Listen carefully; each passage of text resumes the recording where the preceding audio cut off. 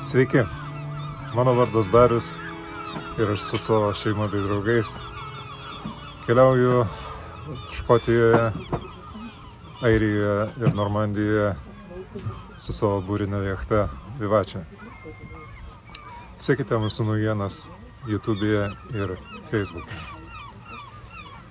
Šiandien aš sveikinuosi su jumis iš Vinkoruotės netoli Glasgow. Mūsų vakarų Škotijos etapas eina į pabaigą ir šią savaitę mes po truputį, kiek leido oras, kiek leido įvairūs organizaciniai dalykai, po truputį judėjome į pietus link Glasgow, kur turėsim paleisti į laisvę savo vaikus. Na ir po to keliausime į Airiją. Ši savaitė buvo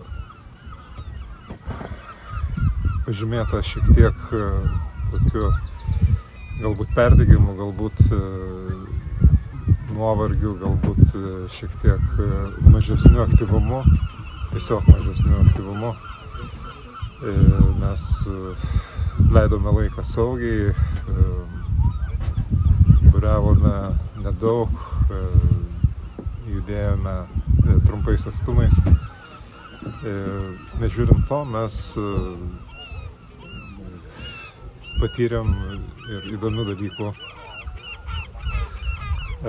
kaip pavyzdžiui Galeno pilis, kurią aplankėme stovėdami Kereros saloje. Tikras kaimo idilės pavyzdys. Tokia parduotuvėlė.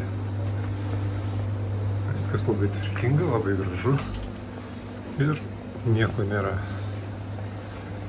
Yra tik tai honesty box ir informacija, kur pervesti pinigus, jeigu neturi grynų. Galime nusipirkti mėsos, ledų, dar daugiau mėsos. Na, visa produkcija reklamuojama. Na, Pauliau, tau čia patiktų. Tikras dviratininkų rojus.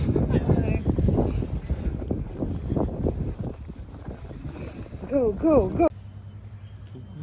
Nepanašu į niekieno laivą, bet panašu, kad jisai čia jau kurį laiką stovi. Kereros arbatos sodas. Kaip viskas organizuota. Iš pradžių ateini, užsisakai čia, tada ateini čia, kuris vadinasi Collection Point, ir tada sėdi laukia, kol tave pakviečia. Tada iš to namuko pasiimi, kur šiaip no entry yra. Ne? Ir tada viską nešiesi ten. Nu, ir tada sėdi prie tokio stalo. Pasilenk tavęs nesimato. Tokioje aplinkoje. Valgai. Skanaus.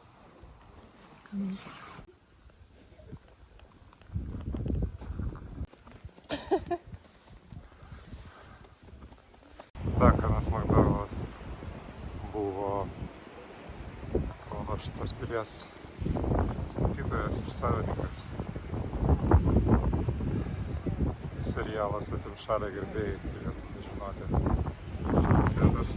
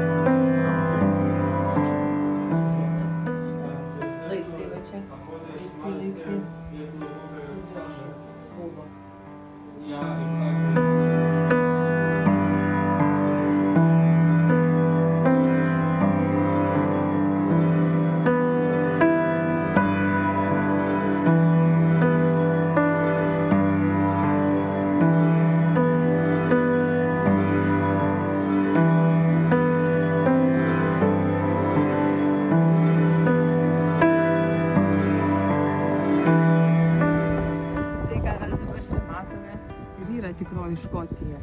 Gamta, kalnai, pilys, avys, arbatos kavinaitė šalia kažkur, aišku, modernu jau, bet šiaip jo. Tikroji Škotija čia.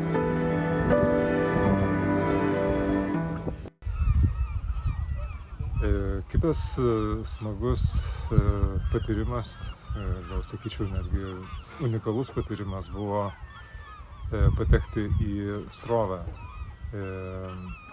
potvynio atostogio srovę tekančią šalia Skrabio salos. Ypatingas potyris yra tai, kad GPS-inis mūsų greitis siekia beveik 12 mazgų toje srovėje. Ir džiaugiuosi, kad mes sugebėjome susiplanuoti maršrutą taip, kad ta srovė neveikia prieš mus. Gavau prašymą iš publikos truputį papasakoti apie maršruto planavimą ir vietinių sąlygų įvertinimą plaukiant. Labai geras pavyzdys dabar. Šiandien ir vėl taip išplaukė pakankamai anksti, nors maršrutas trumpas, tik 25 mylios, bet anksti išplaukiant todėl, kad turėtų palankę srovę. Dabar už manęs tiesiai palei laivo kursą yra Skrabio sala, kur yra bene stipriausias šitam regione srovės. Tarp pietinės Skrabos dalies ir sekančios salos, kuri vadinasi Džiūra, yra Korebreken vieta, kur susidaro didžiuliai sūkuriai ir netgi iki 8 mazgų greičių srovės.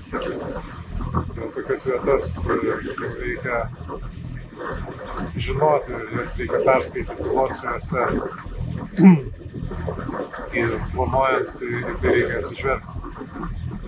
Tai šiuo metu vandens atžvilgiu mūsų greitis yra apie 4,5 mazgo, pagal GPS mes plaukiam 6,14. Tai toks ir planavimas. Renkiesi informaciją, žiūri į Navionicsą, žiūri į jūrlapius, šnekiesi su žmonėmis internete ir realybėje. Ir taip, faktiškai netgi vietiniai škotai, jie ne visada viską žino ir kuo daugiau informacijos susirinkti, tuo yra geriau, tuo gali susidaryti palankesnį planą ir judėti saugiau, greičiau, su mažiau išteklių. Aišku, ne visada tai pasiseka, nes tiesiog kartais maršrutas per ilgas būna. Tam, kad patekti į tą palankų ciklą. Jeigu plauki 12 valandų ir visą laiką tiesiaja per tą patį sąsiaurį, tai patirsi ir palankę srovę ir priešingą srovę. Tai, kai gali tą padaryti, kai gali pasiplanuoti viską, kad būtų patogiau ir greičiau, tai be abejo reikia. O prieš 8 mazgų srovę tai niekas turbūt neplauktų su buriniu laivu. Ten būtų labai geras vėjas, pakeliui, nežinau, aš to nedaryčiau.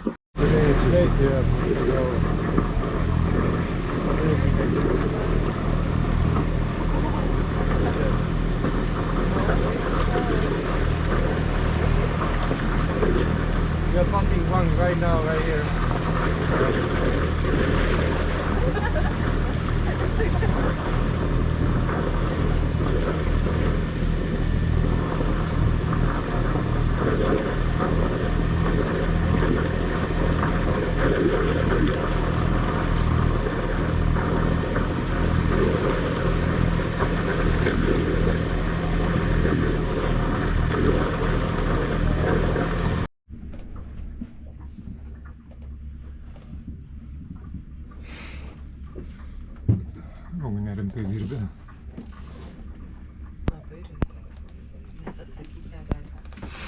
Ką darai? Darau, ką reikia.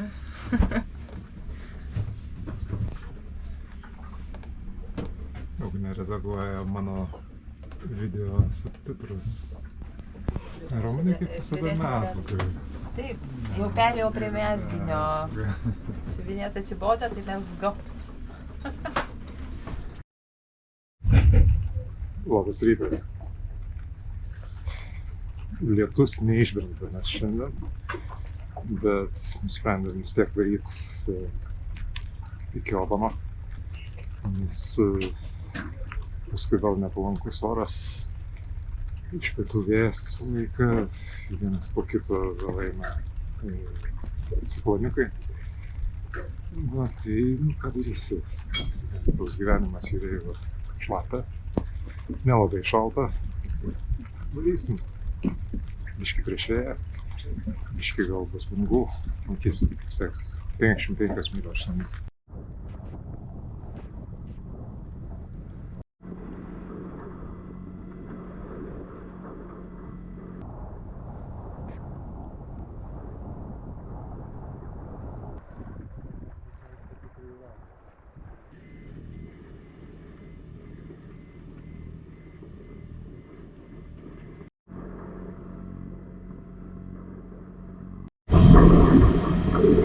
Įplaukėm į Loch Craignish.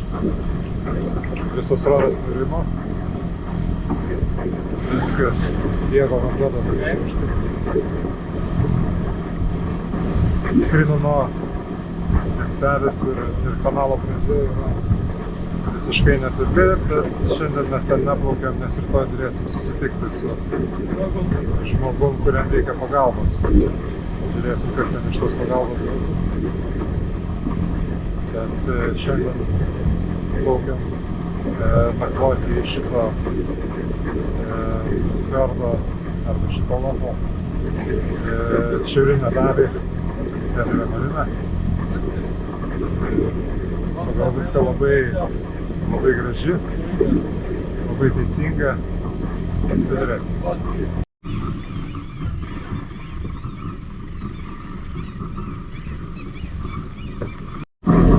Visi uosteliai Škotijos yra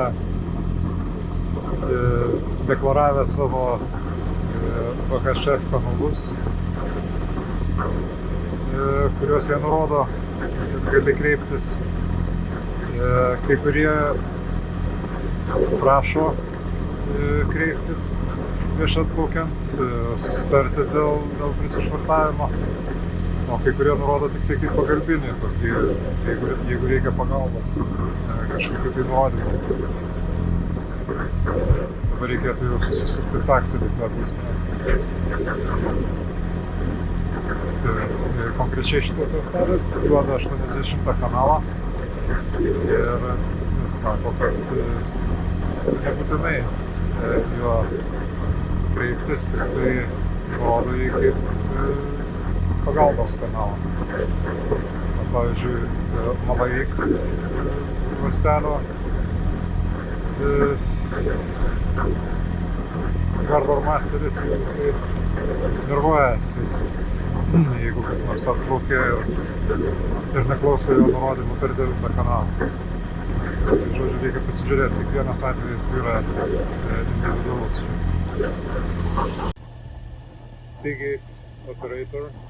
Seagate operator, this is sailing Port Vivace, calling you on the channel 74.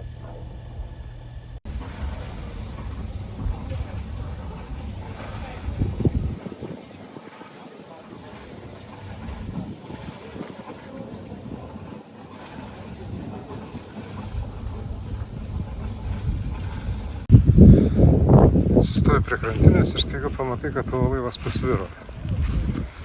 Ir klausimą, kodėl mes kreivai stovim, yra tik tai vienas atsakymas, ten nebebaigėsi vanduo. Antrą kartą apie šitą kelionę stovim ant kylio, šį kartą normaliai. Vandens trūksta mažiausiai pusės metro. Ką darysi, lauksim, kol čia vietiniai specialistai surastų vandens.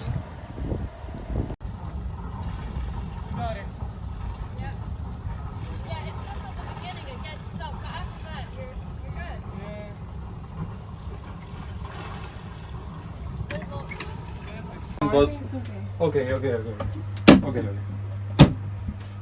Diego mus lepina savo virtuvės Okay, look. pažiba. What's that? Įtariu, kad kubietiškas Give patiekalas, me a spoon, please. peras su ryžiais. Koks It's patiekalas. very warm. Yeah. Okay, now we may eat, finally. Yeah, finally. The time of the day is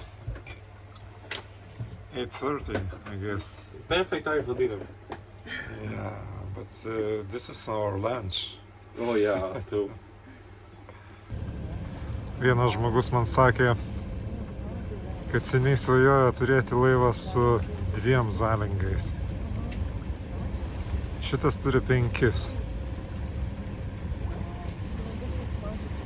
Nu, neblogai. 5 zalingai, tai šis tas. Pasiekėm Glasgow priemiesčius. Kągi, mūsų škotiškas etapas baigėsi. Tada bus finišas. James Watt Dock Marina Glasgow. Marina labai gera. Vaizdas aplinkui, na, toks glazginis, industrinis. Mūsų kelionė tęsiasi ir tikiuosi, kad Airija bus nemažiau įdomi negu buvo Škotija. Todėl nenustokite sekti mus, nenustokite prenumeruoti mūsų kanalą. Susitiksim kitą savaitę ir iki to laiko pasidalinkite mūsų medžiagą su draugais. Spauskite patiktuką, jeigu patinka tai, ką mes darome. Na ir kągi, geros visiems savaitės. Ate.